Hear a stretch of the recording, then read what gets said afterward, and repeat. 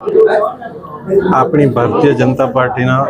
યશસ્વી વડાપ્રધાન અને ગુજરાતના પનોતા પુત્ર માનનીય મોદીજીએ જ્યારે કેન્દ્રમાં 11 વર્ષનું શાસન પૂર્ણ કર્યું એનડીએ સરકારની, ત્યારે આ સુશાસનના 11 વર્ષ દરમિયાન સુશાસન, જનકલ્યાણ અને લોકોની સુખાકારી માટેના જે કામો થયા એ પ્રજા સમક્ષ લઈ જઈને હજી વધુ કેવી રીતે આપણે લોકોની સેવા કરી શકીએ એ અંગે આજે વલસાડ જિલ્લા ખાતે એક પ્રેસ કોન્ફરન્સનું આયોજન કરવામાં આવ્યું. એમાં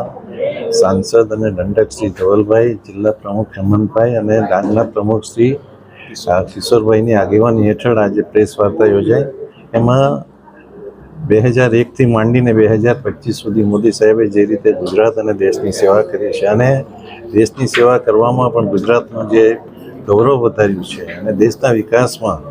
આપણો દેશ અર્થતંત્રની દ્રષ્ટિએ 11મા સ્થાને હતો 2014માં, પછી 5મા સ્થાને આવ્યો અને આજે 4થું સ્થાન પ્રાપ્ત કર્યું છે. આવી અનેક સિદ્ધિઓ કે લોકોની સુખાકારીમાં વધારો થાય, દરેક લોકોની આવક વધે અને સાથે સાથે